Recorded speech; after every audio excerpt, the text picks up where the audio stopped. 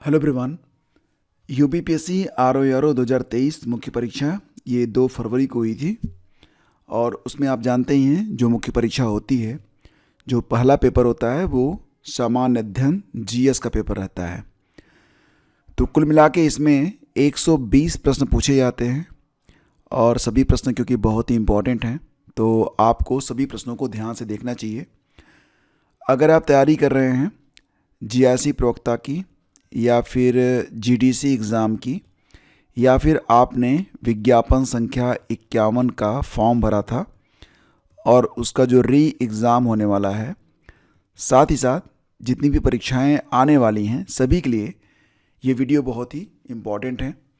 सभी प्रश्न बहुत ही प्रासंगिक हैं, तो ध्यान से देखिए। पहला क्वेश्चन है कि बलबन के काल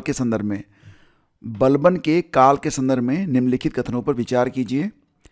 पहला कथन, दीवाने अर्ज नामक पृथक विभाग की स्थापना उसके काल में की गई। तो ये कथन आपका करेक्ट है। और उसने सैन्य सुधारों के तहत सैनिकों को पूरा वेतन नकद में देने की शुरुआत की थी। तो सैनिकों को पूरा वेतन नकद में देने की शुरुआत बलबन के द्वारा नहीं की गई थी। यहाँ पर केवल पहला ही कथन आपका सही है। और सैनिकों को नकद वेतन और घोड़ों को दागने की प्रथा ये किसने शुरू की थी? तो अलाउद्दीन ने। ठीक है ना। अगला क्वेश्चन है कि भारत में सबसे तेज सुपर कंप्यूटर कौन सा है? Aurora, Airawat, P S A I, Frontier, El Capitan. तो दोस्तों सबसे तेज जो है ये एरावत पीएसएआई है और ये आपको मिलेगा पुणे के सीडैक में। सीडैक का नाम आपने सुना होगा, सीडैक। तो सीडैक की जो शाखा पुणे में है वहीं पर आपको मिलेगा एरावत पीएसएआई। ठीक है, ये भारत का सबसे तेज सुपर कंप्यूटर है। जून 2025 में त्रिपुरा को किस कार्यक्रम के अंतर्गत पूर्ण साक्षर राज्य घोषित किया गया? तो दोस्तों ये जो कार्यक्रम था ये था उल्लास नव भारत साक्षरता कार्यक्रम। ऑप्शन बी यहाँ पर आपका बिल्कुल सही है। अगला क्वेश्चन है कि निम्नलिखित संगठनों पर विचार कीजिए तथा इन्हें सही कालानुक्रम में व्यवस्थित कीजिए। करेक्ट क्रोनोलॉजिकल ऑर्डर में आपको यहाँ पर इनको व्यवस्थित करना था। तो आप देखेंगे यहाँ पर बिल्कुल क्रम से ही सब लगाए गए हैं, 1 2 3 4। मैं इनका सन आपको बता देता हूँ। बंग भाषा प्रकाशिका सभा ये 1836 में स्थापित हुई थी, 1836। लैंड होल्डर सोसाइटी 2 साल के बाद 1838 में। बंगाल ब्रिटिश इंडिया सोसाइटी ये दोस्तों 1843 में। और इंडियन लीग की स्थापना होती है 1875 में। ठीक है, तो ये आपका 1 2 3 4 बिल्कुल सही क्रम है। अगला क्वेश्चन है कि निम्नलिखित भिन्नों को अवरोही क्रम में लिखिए। मतलब डिसेंडिंग ऑर्डर और असेंडिंग ऑर्डर ये आप जानते होंगे। तो यहाँ पर डिसेंडिंग ऑर्डर की बात की जा रही है, सबसे बड़ी भिन्न, फिर सबसे छोटी, फिर सबसे छोटी। तो देखो फ्रेंड्स, यहाँ पर हम क्या करेंगे, सिंपली इनको हम पॉइंट में, दशमलव में कन्वर्ट कर लेंगे। अगर हम देखें इस प्रकार से, यहाँ पर जो आपका 5/9 है, इसको अगर आप दशमलव में बदलेंगे ये आएगा 0.555। ठीक है। 4/7 को आप दशमलव में बदलेंगे, ये कितना आएगा? ये आ जाएगा आपका 0.571, 0.571।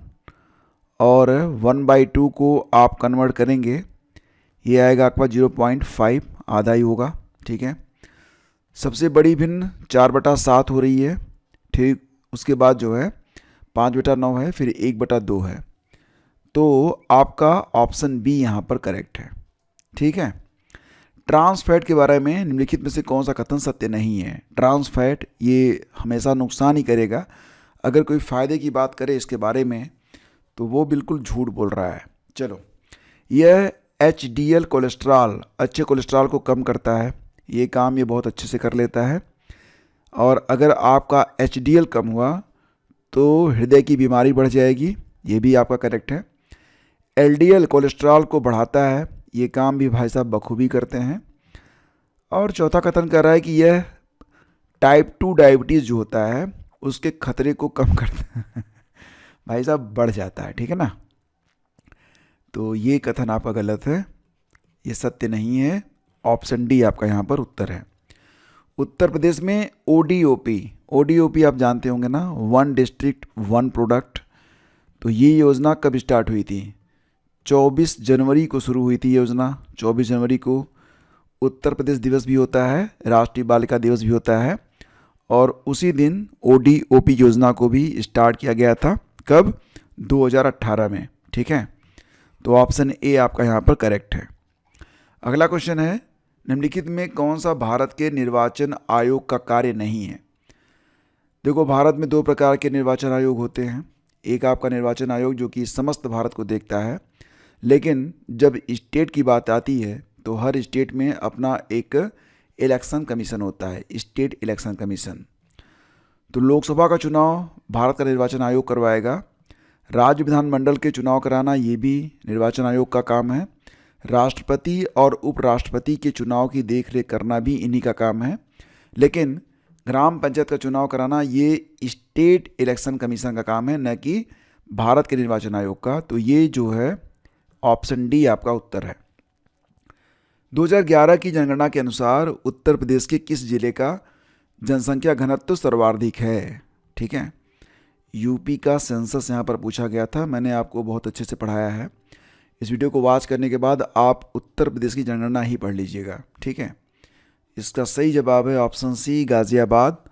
और यहाँ पर जो जनसंख्या घनत्व है, ठीक है, पॉपुलेशन डेंसिटी कहते हैं ना आप, ये कितना था? 3971। 3971। मतलब इसका क्या है कि 1 वर्ग किलोमीटर लंबा और 1 वर्ग किलोमीटर चौड़ा ये जो एरिया है गाज़ियाबाद में, उसमें इतने लोग घुस के पड़े हुए हैं, ठीक है।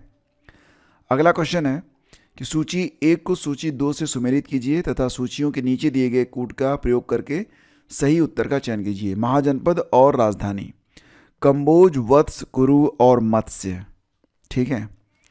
तो यहाँ पर देखो 16 महाजनपद ये आपको याद रखने पड़ेंगे, और महाजनपद भी आप याद रखेंगे, साथ ही साथ उनके जो राजधानियाँ थी, ठीक है, ये भी आपको याद रखना पड़ेगा। तो कंबोज की राजधानी दोस्तों ये राजपुर हाटक है, ठीक है। वत्स की राजधानी, वत्स मतलब प्रयागराज के पास में, तो ये इसकी राजधानी कौशाम्बी हुआ करती थी। कुरु की राजधानी इंद्रप्रस्थ और मत्स्य की राजधानी विराटनगर, ठीक है। तो ये आपका सुमेलित हो गया और इसमें विकल्प ए आपका करेक्टली मैच था, तो विकल्प ए आपका करेक्ट है। नाभिकीय रिएक्टर में मंदक के रूप में देखो दो तरीके के जो है ना, एक मंदक होता है, ठीक है, और एक होता है कैटलिस्ट। कैटलिस्ट क्या काम करता है? कैटलिस्ट अभिक्रिया को उत्प्रेरक के रूप में काम करता है, मतलब थोड़ी सी प्रक्रिया को बढ़ा देता है। लेकिन मंदक क्या होता है? ये मतलब मॉडरेटर के रूप में काम करता है, आप समझ रहे होंगे। तो इसमें ग्रेफाइट, D2O, Al2O3 और H2O में तो प्रयोग नहीं होता है, तो Al2O3 प्रयोग में नहीं आएगा, ठीक है। बाकी सब मंदक के रूप में कभी कभी प्रयोग में लाए जाते हैं। मोस्टली ये जो भारी जल होता है D2O, ये जो है भारी जल का फार्मूला है, तो ये प्रयोग में लाया जाता है ज़्यादातर। अगला क्वेश्चन है ग्रंथि और उसका स्थान। तो अधिवृक्क दोस्तों यानी कि जो आपका एड्रेनल है, ये किडनी के जस्ट ऊपर ही रहता है, ठीक है। यहाँ पर इंग्लिश में देखेंगे क्योंकि इंग्लिश में बायोलॉजी पढ़ना आसान रहता है। थायराइड आपको पता ही है, थायराइड का जो स्थान है वो गर्दन के आधार में है, ठीक है, बेस ऑफ नेक, ये आपका उत्तर बनेगा। पिट्यूटरी जो है ये मस्तिष्क के आधार में रहती है, मतलब बेस ऑफ ब्रेन ये रहता है, इसको मास्टर ग्रंथि भी कहते हैं, मास्टर ग्लैंड। और आपका जो हाइपोथैलेमस है ये थैलेमस के नीचे रहता है, बिलो थैलेमस। तो ये आपका यहाँ पर मैच हो रहा है। तो 12 का बी आपका बिल्कुल करेक्ट है। ए का 2, बी का 1, सी का 4, डी का 3, ठीक है।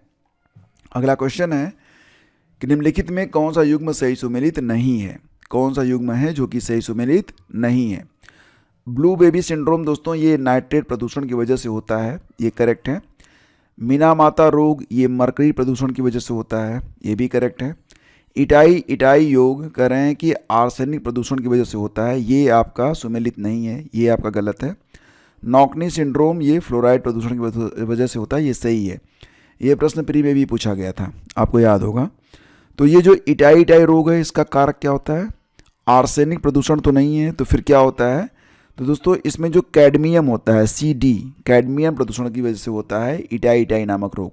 ठीक है, तो इसका जो आंसर है ये ऑप्शन C है।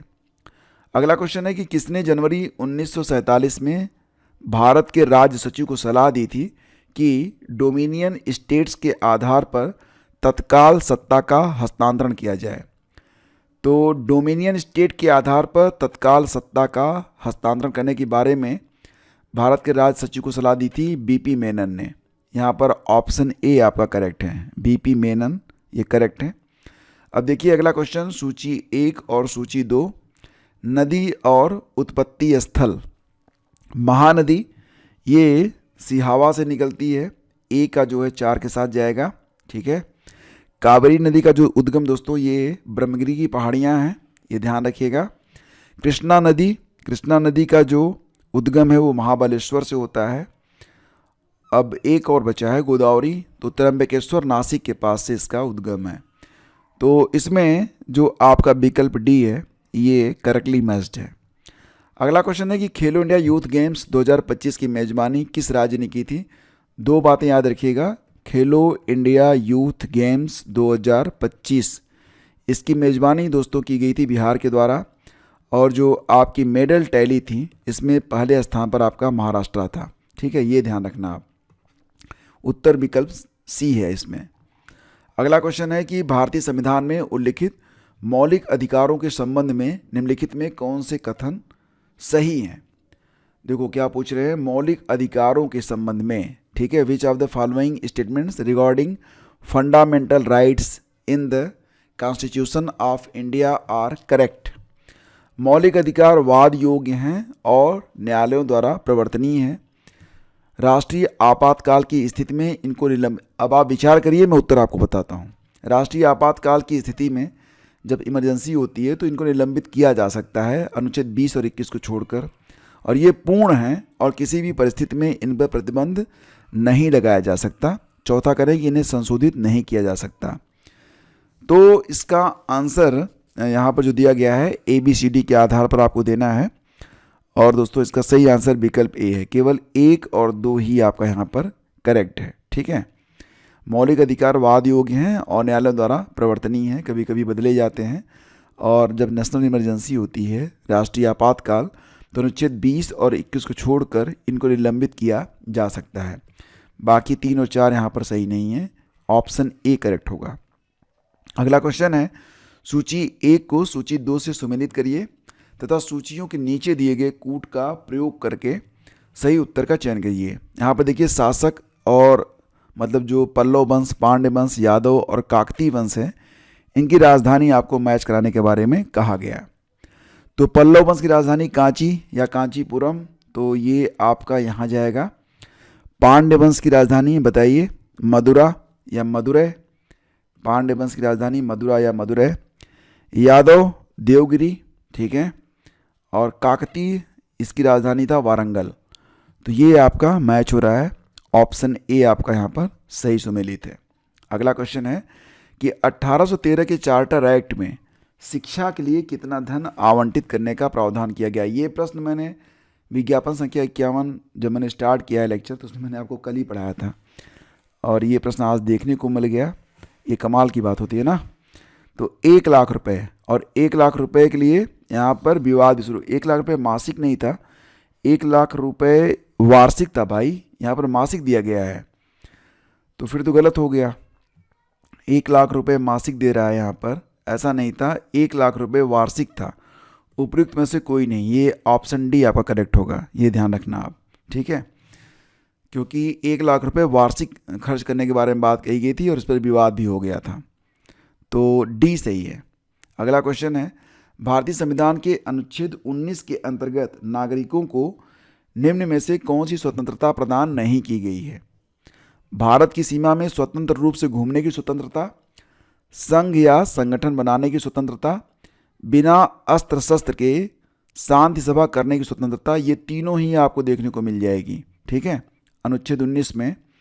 और अंतरात्मा की स्वतंत्रता तथा किसी धर्म को मानने आचरण करने की स्वतंत्रता, ये जो है आपका जाएगा किसमें, देखो ये आपका जाएगा अनुच्छेद 24-25 के अंतर्गत। ठीक है, तो डी जो है ये अनुच्छेद 19 में आपको नहीं मिलेगा, ये ध्यान रखना आप। तो इसका उत्तर है ऑप्शन डी। अगला क्वेश्चन है, नीचे दो कथन दिए गए हैं, अभिकथन और कारण। तो यहाँ पर जो आपका असर्शन है कि eastern coast has less number of ports and harbours, पूर्वी तट पर पत्तनों और बंदरगाहों की संख्या कम है, ये बिल्कुल सही है। ठीक है, तो आपका जो असर्शन है ये करेक्ट है। Eastern coast is an example of emergent coast, तो ये तो आपका दोस्तों गलत है। मतलब ये जो है उन्मज्जी तट, हिंदी में से कहते हैं उन्मज्जी तट, और इंग्लिश में इमरजेंट। ठीक है, तो ए सही है, आर गलत है। ए सही है, आर गलत है। ऑप्शन सी यहाँ पर आपका करेक्ट होगा। ध्यान देना कि भारत का जो पूर्वी तट है मुख्य रूप से इसको बोलते हैं सबमर्ज्ड, इमरजेंट नहीं है, सबमर्ज्ड है।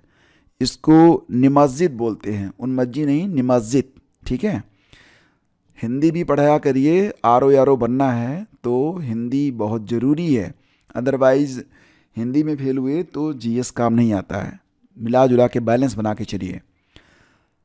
आज़ाद हिंद फौज के किन 3 अधिकारियों पर दिल्ली के लाल किले में मुकदमा चलाया गया था? आपको याद होगा ये मुकदमा 1945 में चला था और इसमें 3 लोग शामिल थे, प्रेम कुमार सहगल, शाहनवाज खान और गुरुबख्श सिंह ढिल्लो। ऑप्शन डी यहाँ पर करेक्ट है। अगला क्वेश्चन है, सूची 1 को सूची 2 से सुमेलित करना था। केंद्रीय बौद्ध अध्ययन संस्थान, ये दोस्तों मिलेगा आपको बौद्ध, ध्यान देना ये लेह में मिलेगा आपको। केंद्रीय उच्च तिब्बती अध्ययन संस्थान मिलेगा आपको वाराणसी के पास सारनाथ में। केंद्रीय हिमालयी संस्कृति अध्ययन संस्थान, तो ये दोस्तों मिलेगा आपको दाहू में, और तिब्बत हाउस मिलेगा आपको नई दिल्ली में। ठीक है, तो 1, 2, 3, 4 यहाँ पर आपका बिल्कुल करेक्ट है, ये आप ध्यान रखिएगा।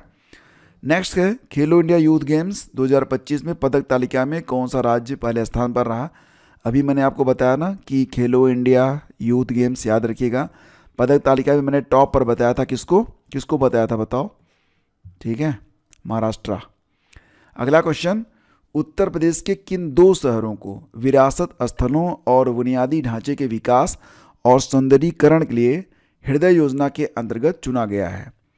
आप लोगों के लिए मैं एक क्वेश्चन छोड़ता हूँ, आपको ये बताना है ये जो हृदय योजना है ये कब स्टार्ट हुई थी और इसका उद्देश्य क्या था? जो इसका सबसे बेहतरीन आंसर लिखेगा उसके आंसर को मैं पिन करूँगा और हार्ट भी दूंगा। ठीक है, तो देखते हैं कितने लोग लिखते हैं। तो इसका आंसर बताइए आप, उत्तर प्रदेश के किन 2 शहरों को विरासत स्थलों और बुनियादी ढांचे के विकास और सौंदर्यीकरण के लिए हृदय योजना के अंतर्गत चुना गया? तो इसका आंसर बताइए। आंसर होगा इसका, जी हाँ, वाराणसी और मथुरा, विकल्प बी। जर्मन सिल्वर दोस्तों एक मिश्र धातु है, ये कैसे बनती है? जर्मन सिल्वर को बनाने के लिए आपको तांबा चाहिए, निकल चाहिए और जस्ता चाहिए, तांबा, निकल और जस्ता। ठीक है, तब बनेगा आपका जर्मन सिल्वर। अगला क्वेश्चन है, कौन सा स्थलाकृतिक वर्षा का दूसरा नाम है? Which of the following is the other name for relief rainfall? ठीक है, तो ये है कौन सा? वाताग्री, चक्रवाती, पर्वतीय। ये है आपका पर्वतीय, ऑप्शन सी आपका बिल्कुल करेक्ट है। अगला क्वेश्चन है कि देखो यहाँ पर मटर, गेहूँ, चना और अरहर दिया गया है, इसका साइंटिफिक नेम आपको मैच कराना है। तो पाइसम से क्या बनता है? मुझे ना सबसे बढ़िया लगता है निमोना जानते हो? कितने लोग जानते हैं? और ऑप्शन बी गेहूँ, ये होता है आपका ट्रिटिकम। और चना कौन सा होता है? चना का जो साइंटिफिक नेम है क्या रहेगा? साइसम। मटर है पाइसम, चना है साइसम। ठीक है, तो यहाँ पर साइसर लिखा गया है, कोई नहीं, हम इसको ही मैच करा लेंगे, साइसर ही होता है। मैंने तो ऐसे बोला ताकि आपको याद रहे। और अरहर ये होता है केजेनस। ठीक है, मैच हो गया। अब यहाँ पर देखिए, देखो जो भी प्रश्न होंगे इस प्रकार के मैथ वाले ना, मैं आंसर बता के आगे बढ़ूंगा, क्योंकि मैं अगर हल कराऊंगा तो 2-3 घंटे का वीडियो होगा और आप देखोगे नहीं, मुझे पता है। तो ये जो क्वेश्चन था कि a² - 1 by A equal to 2, तो a⁻6 - 1 बाई a⁻3 का मान कितना है? तो दोस्तों इसका मान था 12, ऑप्शन डी। मैं हल करा दूंगा एक अलग वीडियो में। ई नाम, ये बहुत ही बढ़िया यहाँ पर प्रश्न है। नाम का मतलब नेशनल एग्रीकल्चर मार्केट। तो इसके बारे में कहा गया है कि ई नाम 2016 में लॉन्च किया गया। इसमें कृषि उपज विपणन नीति यानी कि APMC मंडियों के एकीकरण की सुविधा प्रदान की गई है। तो 30 का जो उत्तर है दोस्तों, ये 1 और 2 दोनों ही आपके यहाँ पर सही हैं। ऑप्शन 1 और 2 दोनों ही करेक्ट दिए गए हैं। अगला क्वेश्चन है कि एंटीपायरेटिक का प्रयोग होता है। एंटीपायरेटिक, तो दोस्तों ये जो एंटीपायरेटिक होती हैं, तनाव को कम करता है क्या? नहीं। दर्द कम करने में नहीं, ये ज्वर कम करने में प्रयोग में लाया जाता है। ऑप्शन जो है रिड्यूस फीवर, विकल्प सी आपका इसमें करेक्ट है। 31 का सी आपका सही है। निम्नलिखित में कौन सा देश यूक्रेन के साथ सीमा साझा नहीं करता है? रोमानिया, बेलारूस, स्लोवाकिया और लिथुआनिया। तो दोस्तों यहाँ पर बताइए कि जो यूक्रेन है, तो यूक्रेन के साथ बेलारूस तो बिल्कुल सटा हुआ है, ठीक है ना, और स्लोवाकिया भी, रोमानिया भी, ये सब लगे हुए हैं। जब हम लोग बच्चे थे ना तो रोमानिया से बहुत डरते थे, क्योंकि मुझे लगता था ड्रैकुला यहीं पे रहता है मूल रूप से। और रूस के एक लेखक हुआ करते थे, वो तो बताते थे कि ड्रैकुला का वो जो है वो ज़मीन के अंदर पाया गया है। बहुत सारी चीज़ें किताबों में लिखी रहती हैं। लिथुआनिया इसका सही आंसर है, ऑप्शन डी। अगला क्वेश्चन है कि कौन सी भारत की सबसे पश्चिमी पहाड़ियाँ हैं? सबसे पश्चिमी पहाड़ियाँ दोस्तों कौन सी हैं? सतमाला पहाड़ियाँ हैं, ऑप्शन डी इसका करेक्ट है। थोड़ा जल्दी जल्दी करते हैं ना। निम्नलिखित में कौन सा प्रदेश 2011 की जनगणना के अनुसार सर्वाधिक नगरीकृत प्रदेश है? तो यहाँ पर तो बिल्कुल आप बता पाएंगे, छोटा सा प्रदेश है गोवा, तो ऑप्शन सी इसका करेक्ट है। एक वृत्त का व्यास AOB है, वृत्त का व्यास यही होता ना, तथा AC बराबर BC, मतलब ये क्या हो गया? ये AC बराबर BC है, तो कोण CAB, ये वाला जो कोण है ये किस प्रकार का कोण होगा, ये पूछ रहे हैं। तो अर्धवृत्त का कोण जो होता है वो समकोण होता है, ये तो आप जानते ही हैं, एक लाइन में आपको याद होगा, ये 90 डिग्री हो गया। और त्रिभुज के जो अंतः सभी कोणों का योग 180 होता है, तो 90 हो गया, तो 90 90 मतलब ये 45 ही होना चाहिए, ठीक है। ऑप्शन नहीं आपका करेक्ट है, 45 डिग्री होना चाहिए। अगला क्वेश्चन है, निम्नलिखित भारतीय राज्यों में किसमें मोनोजाइट खनिज से थोरियम संसाधन प्राप्त किया जाता है? तो दोस्तों मोनोजाइट से थोरियम संसाधन प्राप्त करने वाला जो स्टेट है ये कौन सा है? तो ये है दोस्तों आपका केरल, ऑप्शन डी करेक्ट है। अगला क्वेश्चन है, उत्तर प्रदेश की सबसे बड़ी अनुसूचित जनजाति कौन सी है? ये प्रश्न कई बार लोग पूछते हैं, सबसे बड़ी अनुसूचित जनजाति कौन है, और लोग अक्सर जो है ना कन्फ्यूज हो जाते हैं। खैर इसमें तो गोंड का नाम है नहीं, तो थारू ही यहाँ पर आपका उत्तर हो जाएगा। अगर गोंड नाम रहता है ना, लोग कन्फ्यूज रहते हैं।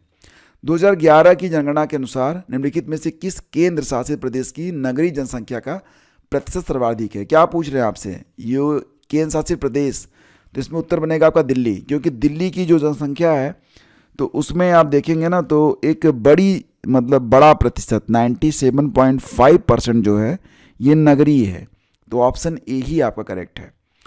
चूड़ियों के लिए प्रसिद्ध फिरोजाबाद का कांच उद्योग ऐतिहासिक रूप से आसपास के क्षेत्रों में किस कच्चे माल के कारण विकसित हुआ है? तो दोस्तों यहाँ पर जो सिलिका रेत होती है, जिसको बोलते हैं आप सिलिका सैंड, इसी से न बनेगा आपका लेड, ठीक है, तो सिलिका रेत, ऑप्शन डी करेक्ट है। उत्तर प्रदेश सरकार ने सरकारी सहायता, अनुमोदन और अन्य सेवाओं तक पहुंच को आसान बनाने के लिए कौन सी योजना को शुरू किया है? आयुष्मान भारत, ये ऑप्शन बी करेक्ट है, आयुष्मान भारत गोल्डन कार्ड। लखपति दीदी के बारे में कह रहे हैं कि सरकार ने 3 करोड़ लखपति दीदी बनाने का लक्ष्य रखा है, और लखपति दीदी रुपए 1 लाख और उससे अधिक की वार्षिक आय वाली महिलाएं हैं, तो वार्षिक आय इनकी 1 लाख या उससे ज़्यादा होनी चाहिए। दोनों कथन आपके सही हैं, ऑप्शन सी करेक्ट है। अगला क्वेश्चन है, निम्नलिखित में कौन सा प्रावधान भारतीय संविधान के भाग 9 के अंतर्गत आता है? तो दोस्तों भाग 9 में क्या मिलता है आपको? पंचायतें मिलती हैं, तो ऑप्शन ए आपका करेक्ट है। ठीक है। और पल्लव शासकों के नामों को उनके शासन के कालक्रमानुसार व्यवस्थित करिए। तो परमेश्वर वर्मन प्रथम, नरसिंह वर्मन प्रथम, नंदी वर्मन द्वितीय और महेंद्र वर्मन प्रथम। तो इनका जो सही कालानुक्रम है ये आपको यहाँ पर बताना है। और सही क्या होगा बताइए, कितने लोग जानते हैं? अब देखो यहाँ पर हर वंश को ध्यान से आपको पढ़ना पड़ेगा, राजाओं के क्रम को भी। तो फिलहाल जो इसका आंसर है दोस्तों वो रहेगा आपका विकल्प सी। ठीक है। मतलब सबसे पहले आएगा आपका महेंद्र वर्मन, फिर आएगा नरसिंह वर्मन प्रथम, फिर परमेश्वर वर्मन प्रथम और लास्ट में आएगा आपका नंदी वर्मन द्वितीय। ठीक है। तो ऑप्शन सी करेक्ट है। ब्रुंटलैंड रिपोर्ट या फिर ब्रंटलैंड रिपोर्ट प्रतिवेदन इनमें से किससे संबंधित है? तो ये दोस्तों एसडीजी से संबंधित है, सस्टेनेबल डेवलपमेंट से। तो सतत विकास इसका सही उत्तर है। और ये भी आपको पता है कि ये जो रिपोर्ट थी इसका नाम कितने लोग जानते हैं? Our common future. ठीक है ना, आवर कॉमन फ्यूचर। तो ऑप्शन ए करेक्ट है। अगला क्वेश्चन है कि निम्नलिखित प्रदेशों पर विचार कीजिए। तमिलनाडु, महाराष्ट्र, आंध्र प्रदेश और उत्तर प्रदेश। और कह रहे हैं कि प्रदेशों के लिए उपयुक्त कूट 1, 2, 3, 4 का उपयोग करते हुए राज्यों को 2011 की जनगणना के अनुसार उनकी जनसंख्या के प्रतिशत, थोड़ा सा टफ करने का प्रयास किया गया है, आरोही क्रम में व्यवस्थित करिए। तो फ्रेंड्स यहाँ पर जो उत्तर बनेगा राज्यों की जनसंख्या, तो यहाँ पर ऑप्शन डी सबसे पहले आएगा आपका जो है 3 आंध्र प्रदेश, फिर आएगा तमिलनाडु, फिर आएगा आपका महाराष्ट्र और फिर आएगा आपका उत्तर प्रदेश। ठीक है। आरोही क्रम के बारे में बात हो रही है ना, अवरोही होता तो यूपी पहले स्थान पर आता। आरोही का मतलब चढ़ता हुआ, जैसे कि 1, 2, 3, 4, तो ये आरोही क्रम हो गया। ठीक है। और 4, 3, 2, 1 ये जो है अवरोही क्रम हो गया। तो बड़ी संख्या अवरोही क्रम में पहले आती है। ठीक है। तो यहाँ पर एग्जैक्टली जो बात की जा रही है ये असेंडिंग ऑर्डर की बात की जा रही है, ascending order not descending order. ठीक है। तो कंफ्यूज मत हुआ करिए। अगला क्वेश्चन है, किस शासक ने चोल राजा परांतक प्रथम को, परांतक प्रथम एक चोल राजा था, उसको हराया था और रामेश्वरम में विजय स्तंभ तथा मंदिर का निर्माण किया था। तो रामेश्वरम में जो विजय स्तंभ और मंदिर बना है उसे कृष्ण तिथि ने बनवाया था। ऑप्शन डी करेक्ट है। और ये जो कृष्ण तिथि था यह एक राष्ट्रकूट वंश का शासक था। ये तो आपको बिल्कुल पता होगा, और नहीं पता था तो अच्छी बात, आज आप जान गए। अगला क्वेश्चन है, निम्नलिखित निर्माणों पर आप जो है विचार करिए। अलाई दरवाज़ा, 2.5 दिन का झोपड़ा, अटाला मस्जिद और काली मस्जिद। और क्या कह रहे हैं कि इनको भी ना क्रोनोलॉजिकल ऑर्डर में, पहले कौन सा बना बाद में कौन सा बना, इस क्रम में आपको यहाँ पर लगाना है। और यहाँ पर आपको जो विकल्प दिए गए हैं इनमें से आपको उत्तर को चुनना है। तो देखते हैं, यहाँ पर बात करते हैं अलाई दरवाज़ा के बारे में। इसको बनवाया था किसने दोस्तों? इसको बनवाया था अलाउद्दीन ने। ठीक है। अलाउद्दीन खिलजी ने इसको बनवाया था। और कब बनवाया था? तो ये बनवाया गया था 1311 में, 1311 में। 2.5 दिन का झोपड़ा दोस्तों किसने बनवाया था? कुतुबुद्दीन ने बनवाया था, कुतुबुद्दीन। ठीक है। और कब बना था? तो 1192 में बना था। अटाला मस्जिद, अटाला मस्जिद ये मिलेगी आपको जौनपुर में। इब्राहिम शाह सरकी ने इसको बनाया था, इब्राहिम शाह सरकी ने। कब बनाया था? 1408 में बनाया था। काली मस्जिद दोस्तों ये फिरोज़ शाह तुगलक ने बनवाया था, फिरोज़। और कब बनाया गया था? 1370 में। अब आप बताइए पहले कौन सा बनवाया गया? सबसे पहले कौन सी इमारत बन के तैयार होती है? उसके बाद कौन, उसके बाद कौन, उसके बाद कौन? सबसे लास्ट में तो आप अटाला मस्जिद समझ गए आप। ठीक है। 3 लास्ट में आना चाहिए। यहाँ पर 3 लास्ट में केवल एक ही विकल्प में है, तो यही आपका उत्तर भी हो गया। ठीक है। तो ऑप्शन ए आपका यहाँ पर बिल्कुल करेक्ट है। पहले कौन सा बना था? 2.5 दिन का झोपड़ा, फिर अलाई दरवाज़ा, फिर काली मस्जिद और फिर अटाला मस्जिद। फिर आगे आपका मैथ का क्वेश्चन, आंसर बता के भागूंगा, ये होगा आपका 18। फिर आ गया मैथ का क्वेश्चन और इसका भी आंसर बता के हटाऊंगा, ये हो गया आपका 3 सेंटीमीटर। नेक्स्ट, भिन्न द्रव्यमान संख्या वाले समान। अब देखो यहाँ पर क्या होता है, आपने अगर केमिस्ट्री पढ़ी होगी तो भिन्न द्रव्यमान संख्या वाले द्रव्यमान संख्या क्या होती है दोस्तों, जैसा कि आप जानते हैं ये इलेक्ट्रॉन है, सॉरी ये एटम है, तो ये उसका नाभिक हो गया, उसके चारों तरफ इलेक्ट्रॉन जो है वो रिवॉल्व करते हैं, ठीक है। तो नाभिक में क्या रहते हैं, नाभिक में रहते हैं आपके प्रोटॉन, और कौन रहते हैं, न्यूट्रॉन, और चारों तरफ जो रिवॉल्व करते हैं वो कौन होते हैं, वो होते हैं इलेक्ट्रॉन, ठीक है। तो ये जो अंदर होता है प्रोटॉन और न्यूट्रॉन, इनको जब जोड़ा जाता है तो इन्हें कहा जाता है द्रव्यमान संख्या। तो द्रव्यमान संख्या अगर भिन्न है तो ऐसे जो तत्व होते हैं वो क्या कहलाते हैं, आइसोटोप्स कहलाते हैं। ऑप्शन बी आपका करेक्ट है, ठीक है। और इसके बाद है स्वच्छ वायु सर्वेक्षण 2025 में किस शहर ने 3 लाख से कम जनसंख्या वाली श्रेणी में शीर्ष स्थान हासिल किया था। तो देवास, जबलपुर, अलवर, और सही आंसर आप बता दीजिए अमरावती को। ऑप्शन सी करेक्ट है। निवेश प्रोत्साहन एवं सुविधा एजेंसी इन्वेस्ट उत्तर प्रदेश द्वारा उद्यमी संबंध प्रबंधन के लिए कौन सा पोर्टल स्थापित किया गया था। तो निवेश सारथी था, निवेश सारथी, हाँ यही करेक्ट है आपका, निवेश सारथी। ऑप्शन सी आपका करेक्ट है। किसे लोक कार्य के लिए मरणोपरांत 2025 के पद्म भूषण पुरस्कार से सम्मानित किया गया था। सुशील कुमार मोदी। और मोरमुगांव, नावासेवा, मझगांव तो किस कारण प्रसिद्ध हैं। तो ये प्राकृतिक बंदरगाह है दोस्तों। ऑप्शन बी करेक्ट होगा। भारत में नमामि गंगे कार्यक्रम का मुख्य उद्देश्य नहीं है, गंगा ग्राम तो है। वनीकरण, नगरों में डीजल चलित वाहन प्रतिबंधित करना, ये कोई मतलब नहीं है। तो साफ साफ कॉमन सेंस की बात है। ऑप्शन सी करेक्ट होगा। अगला क्वेश्चन है कि मानव के नेत्र के संदर्भ, जो आपकी आंखें हैं ना, इसके बारे में पूछ रहे हैं कि जो प्रकाश पथ है वो कैसे कैसे चलता है। तो देखो दोस्तों, सबसे पहले तो कार्निया पर प्रकाश पड़ता है, उसके बाद प्यूपिल्स होता हुआ लेंस, लेंस के बाद रेटिना पर। तो कार्निया, प्यूपिल, लेंस और retina, cornea, प्यूपिल, lens, retina. Option D यहाँ पर आपका सही आंसर है।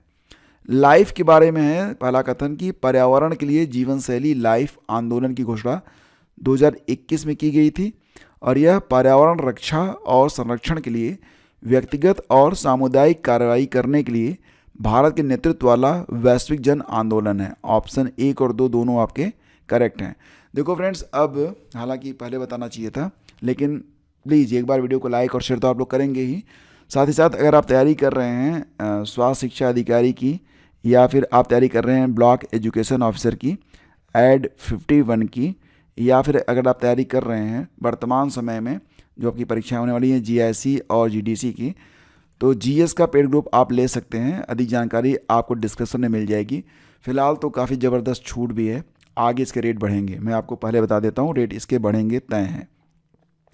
2025 पेरिस बैठक में घोषित अगले वैश्विक एआई प्रभाव शिखर सम्मेलन की मेजबानी कौन सा देश करेगा।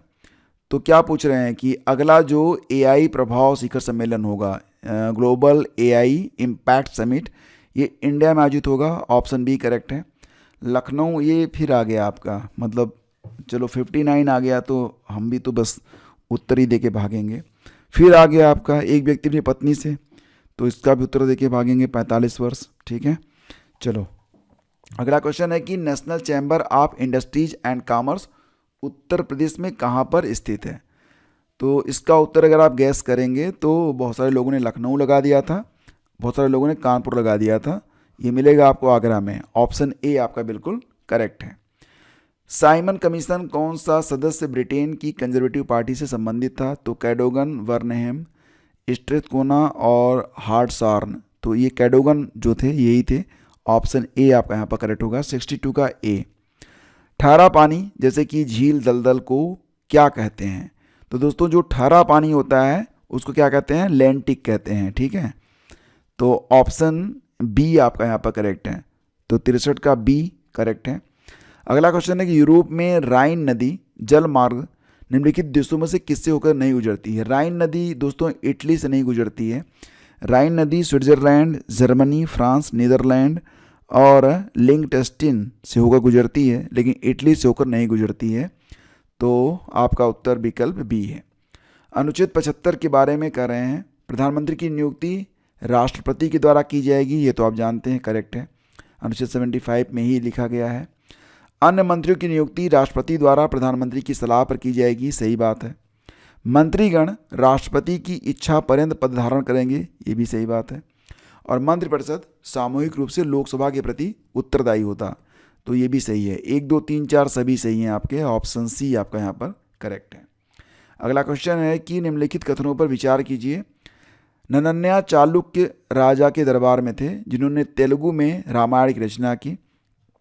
ये देखो दोस्तों, नन्नया ने तेलुगु में रामायण नहीं लिखा था, बल्कि इन्होंने लिखा था आपका महाभारत। तेलुगु में इन्होंने महाभारत लिखा था, तो कथन तो आपका गलत हो गया, ठीक है। कंबन चोल राजा के दरबार में थे, ये तो बात सही है। इन्होंने तमिल में महाभारत, तो तमिल में दोस्तों इन्होंने महाभारत नहीं बल्कि यहाँ पर उल्टा कर दिया है, ठीक है, लोग कंफ्यूज होंगे।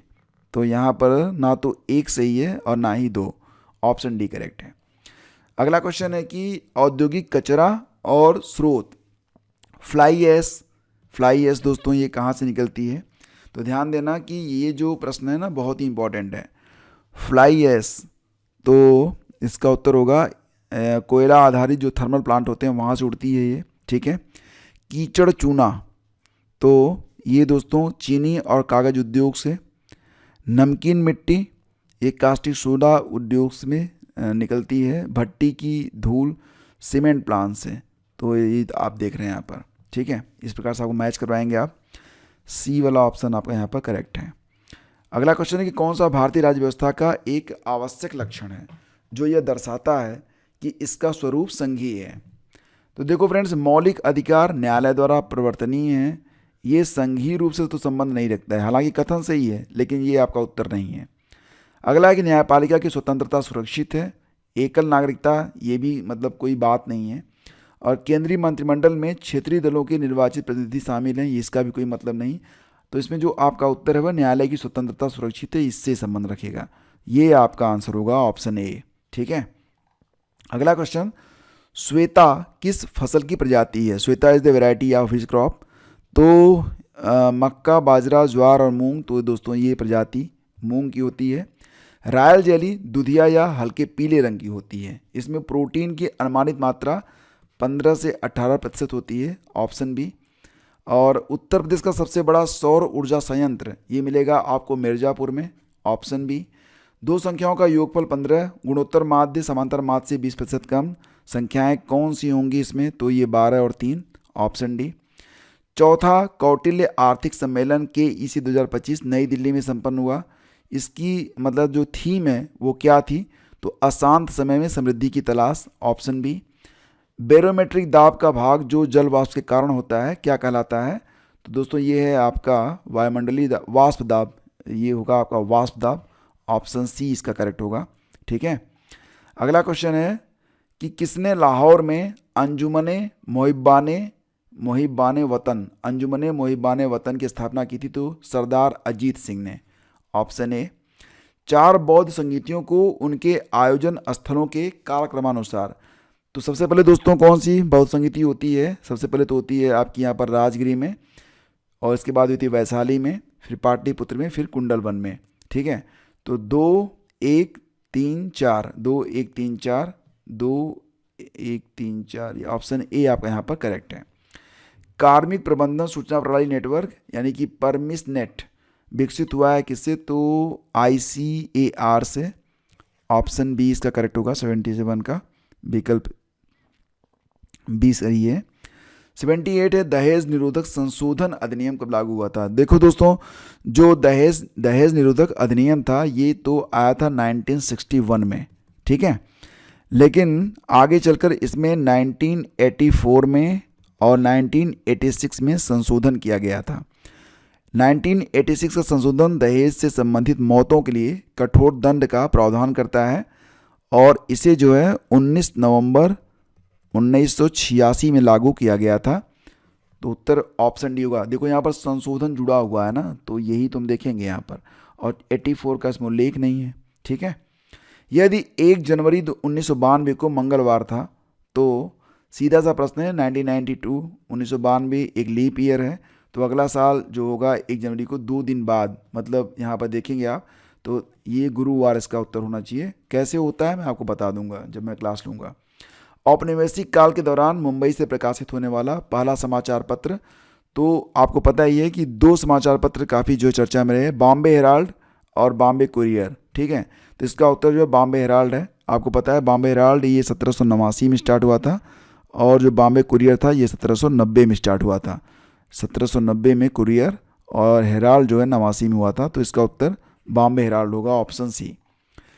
ई श्रम पोर्टल के बारे में कह रहे हैं कि श्रम और रोजगार मंत्रालय ने असंगठित श्रमिकों का राष्ट्रीय डेटाबेस बनाने के लिए ई श्रम पोर्टल को विकसित किया था। ये कथन सही है। सेवाओं की निर्बाध सुविधा के लिए ई श्रम पोर्टल को एनसीएस पोर्टल और असीम पोर्टल से जोड़ा गया। ये भी आपका सही है। 1 और 2 दोनों आपके सही हैं। 81 का बी आपका करेक्ट होगा। किन योजनाओं को नमामि गंगे कार्यक्रम से जोड़ा गया है? तो गंगा ग्राम योजना भी जोड़ी गई है। औद्योगिक अपशिष्ट निगरानी कार्यक्रम भी जोड़ा गया है। मल जल उपचार अवसंरचना कार्यक्रम ये भी जोड़ा गया है और नदी तल का सफाई कार्यक्रम भी जोड़ा गया है। तो 1, 2, 3, 4 सभी जोड़े गए हैं। ऑप्शन डी करेक्ट होगा। जून 2025 में राष्ट्रीय ओलंपिक समिति की पहली महिला अध्यक्ष कौन बनी थी?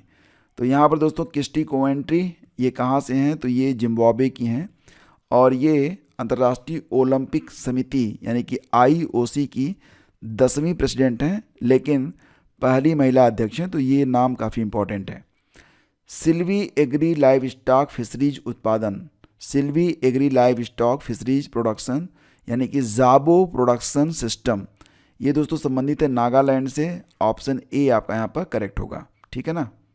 अगला क्वेश्चन है कि ऋग्वेद तथा अथर्ववेद में सभा तथा समिति का उल्लेख मिलता है। ये पहला स्टेटमेंट है जो कि आपका सही है। हाँ, ये बिल्कुल सही है। समिति वयोवृद्धों की सभा थी, ये बात कही गई है। एग्जैक्टली दोस्तों जो समिति होती थी ये वयोवृद्धों की नहीं होती थी। सभा जो है, सभा ये वयोवृद्धों की सभा होती थी। ठीक है, तो ये स्टेटमेंट आपका यहाँ पर गलत दिया गया है। क्षुद्रक मल्ल संघ नामक गणतंत्र परिसंघ ने 4वीं शताब्दी में सिकंदर से मुकाबला किया था। तो 85 का दोस्तों आपका जो यहाँ पर ऑप्शन है ए, 1 और 3, ये आपका यहाँ पर करेक्ट है। ठीक है, तो ध्यान दीजिएगा कि सभा में वयोवृद्ध होते थे और समिति में ये एक आम जनसभा थी। तो दूसरा कथन यहाँ पर आपका गलत है। प्रतिहार शासक भोज के संदर्भ में यहाँ पर 2 कथन दिए गए हैं कि उन्होंने आदिवराह की उपाधि ली थी। आदिवराह महान संस्कृत कवि और नाटककार राजशेखर जो थे वो उनके दरबारी कवि थे। तो 86 दोस्तों यहाँ पर बिल्कुल डी सही है। 1 और 2 दोनों आपके करेक्ट हैं। भारतीय संविधान के अनुच्छेद 243 डी में जो 243 डी है, तो आप जानते हैं ना 243 ये पंचायतों से संबंधित है। तो यहाँ पर पंचायत में जो आरक्षण दिया जाता है इसी से संबंधित है आपका 243 डी। तो ऑप्शन सी करेक्ट है। 2025 में AIBD सभा साधारण सभा यानी कि जनरल असेंबली के 23वें महाधिवेशन के दौरान किस देश को कार्यकारी बोर्ड का अध्यक्ष चुना गया? तो भारत, ऑप्शन सी करेक्ट है। अगला क्वेश्चन है कौन सा युग्म सही सुमेलित नहीं है? तो देखो फ्रेंड्स, ये जो जल प्रदूषण सेस अधिनियम था ये 1977 में ही आया था, ये आपका करेक्ट है। वायु प्रदूषण निवारण और नियंत्रण अधिनियम ये 1981 में आया था, ये भी करेक्ट है। पर्यावरण सुरक्षा अधिनियम 1986 ये भी आपने पढ़ा हुआ है। जल अधिनियम प्रदूषण निवारण एवं नियंत्रण ये 1974 में आया था, 74 में, ना कि 73 में। तो ये आपका गलत है। उत्तर रहेगा आपका ऑप्शन बी। ठीक है। उत्तर प्रदेश में नमूना पंजीकरण प्रणाली यानी कि SRS का मुख्य उद्देश्य क्या है? SRS that is sample registration system. तो इसका दोस्तों जो मुख्य उद्देश्य है वो क्या है कि अब देखो बात यहाँ पर हो रही है ना, जनसंख्या से संबंधित है। तो जनसंख्या वृद्धि एवं स्वास्थ्य संकेतकों की निगरानी करना, ऑप्शन सी आपका यहाँ पर सही है। ज्वार नदमुख जिसको आप एस्चुरी कहते हैं, तो एस्चुरी से संबंधित है आपका यहाँ पर मोरमुगांव बंदरगाह। ए ऑप्शन आपका यहाँ पर सही था। फिनोल और फॉर्मेल्डिहाइड आपसी अभिक्रिया से क्या बनाते हैं? तो इसका जो आंसर है ये विकल्प सी है, बैकेलाइट। और जैव रासायनिक अपघटन, ठीक है, 92 का सी है। जैव रासायनिक अपघटन प्रक्रिया के लिए ऑक्सीजन की मात्रा की आवश्यकता को क्या कहा जाता है? आप समझ पा रहे हैं? The amount of oxygen required for the biochemical decomposition process is known as biochemical oxygen demand, जिसको आप BOD के नाम से जानते हैं। तो ऑप्शन सी यहाँ पर करेक्ट है। अगला क्वेश्चन था लाहौर षड्यंत्र कांड, यानी कि consider the following about the Lahore conspiracy case which resulted in the hanging of. तो देखो दोस्तों, यहाँ पर जो काकोरी षड्यंत्र था उसमें राम प्रसाद बिस्मिल शामिल थे और रोशन सिंह शामिल थे। तो ये दोनों लोग जो थे ये काकोरी से संबंधित हैं, ठीक है, ये आप ध्यान रखिएगा। और भगत सिंह, सुखदेव और राजगुरु, ये लोग जो थे ये लाहौर कॉन्स्पिरेसी से संबंधित थे। तो ये आप याद रखेंगे। तो 2, 4 और 5, 2, 4, 5 ये विकल्प आपका करेक्ट है, ऑप्शन डी। अगला क्वेश्चन है कि डायनामो, सेलिनोमीटर, मैनोमीटर और फोटोमीटर, तो ये क्या काम करते हैं? तो आपको ये भी पता है कि यांत्रिक ऊर्जा जो होती है, मैकेनिकल एनर्जी को अगर इलेक्ट्रिकल एनर्जी में कन्वर्ट करना है तो डायनामो का प्रयोग किया जाता है, ठीक है। तो ए का 2 विकल्प यहाँ पर करेक्ट है। और सब में आप देखेंगे तो यहाँ पर केवल एक ही विकल्प है जिसमें 2 आपका करेक्ट है। तो बी का 1 जाएगा, सेलिनोमीटर, ये पानी की जो क्षारीयता होता है उसको मापता है। मैनोमीटर ये द्रव्य या गैस के दाब को मापता है। और फोटोमीटर ये प्रकाश की तीव्रता को मापता है, ठीक है। तो डी ऑप्शन आपका करेक्ट है। केंद्रीय मृदा एवं जल संरक्षण अनुसंधान एवं प्रशिक्षण संस्थान देहरादून कब स्थापित हुआ था? काफ़ी लंबा नाम है। Central soil and water conservation research and training institute Dehradun was established on 1 April of 1974, option A correct है। मानव के पाचन तंत्र के संदर्भ में यहाँ पर जैसे कि जब आप खाना खाते हैं तो सबसे पहले जो आपका भोजन है वो ग्रास नली में जाता है, ठीक है। इसके बाद वो आमाशय में पहुंचता है, फिर छोटी आंत में जाता है, फिर बड़ी आंत में जाता है। मतलब यहाँ पर 3, 2, 1, 4 होना चाहिए था। 3, 2, 1, 4 ऑप्शन ए आपका करेक्ट होगा।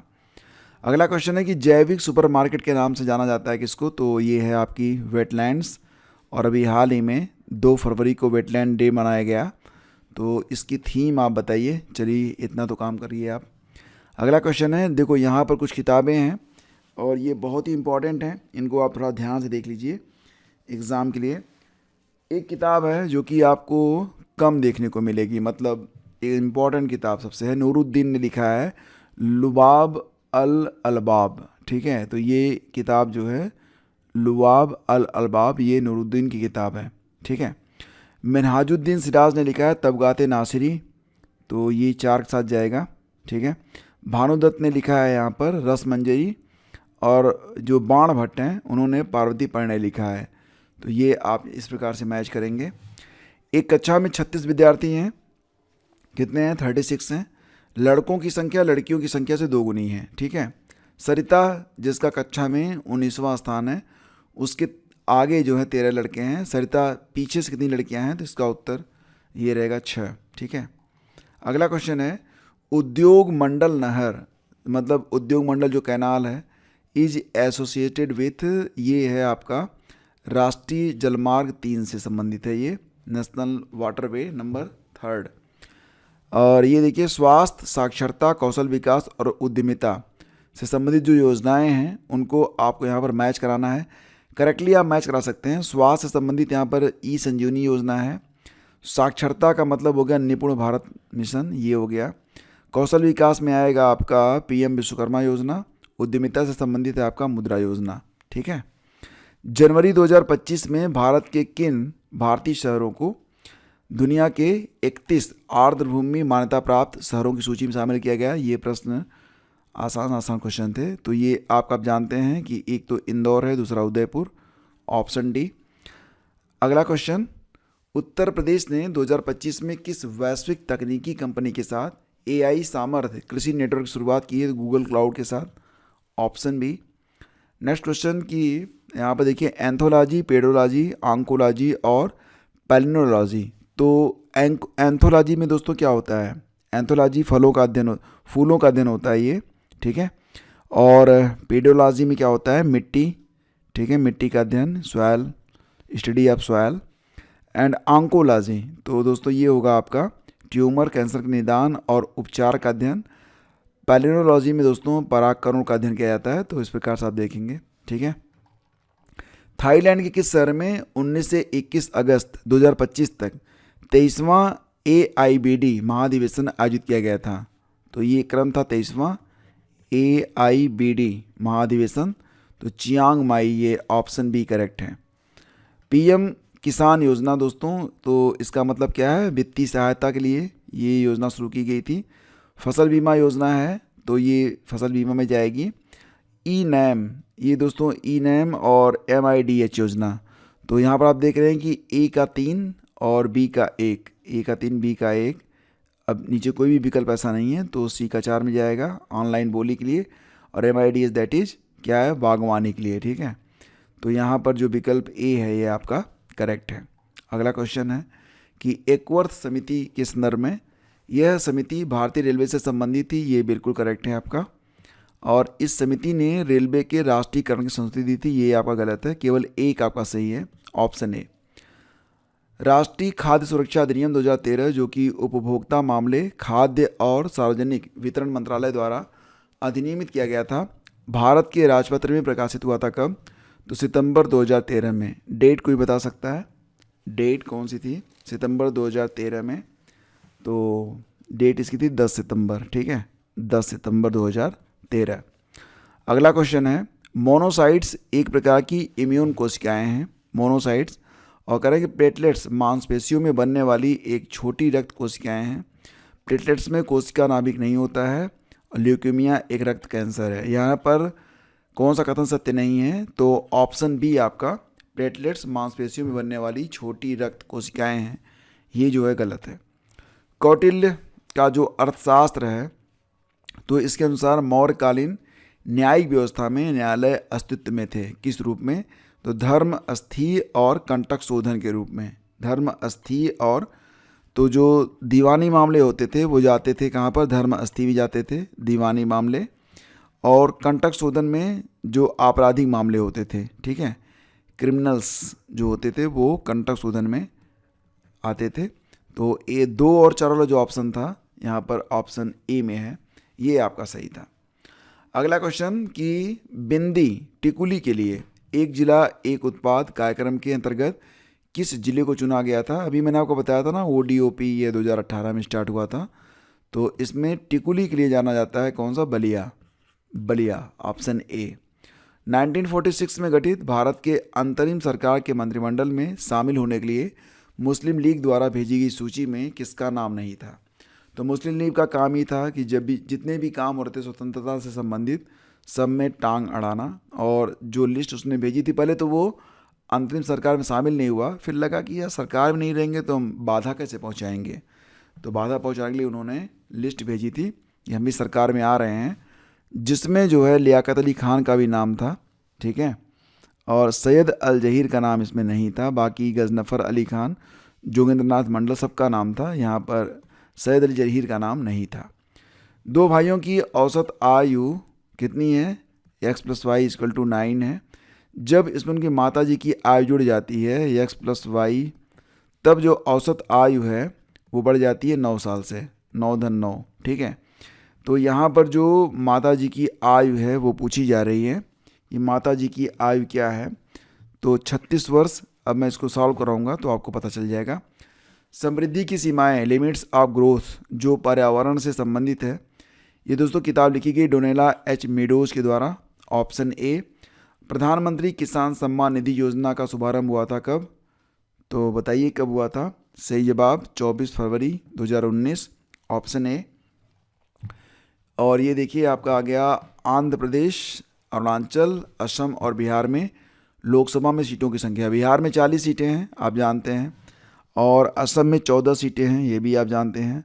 अरुणाचल में केवल 2 सीटें हैं, और अब आंध्र प्रदेश में 25 सीटें हैं, ये आप मैच करा लीजिएगा। अगला क्वेश्चन है कि यहाँ पर देखिए PMC योजना कब शुरू होती है? आत्मनिर्भर भारत रोजगार योजना प्रधानमंत्री कौशल विकास योजना और संकल्प योजना। तो दोस्तों यहाँ पर जो आपका प्रधानमंत्री कौशल विकास योजना है 2015 में आया था, ये 2015 की योजना है। और जो आपका संकल्प है 2017 में आया था, संकल्प योजना 2017 में। और ये आपका आत्मनिर्भर भारत रोजगार योजना जो थी ये कब स्टार्ट हुई थी, तो नवंबर 2020 में। और पीएम श्री योजना दोस्तों ये आई थी 2022 में, ठीक है। तो 15, 17, 20, 22, तो 3, 4, 1, 2 होना चाहिए, ठीक है। नहीं, 3, 4, 2, 1, 3, 4, 2, 1, 3, 4, 2, 1, ये ऑप्शन डी है।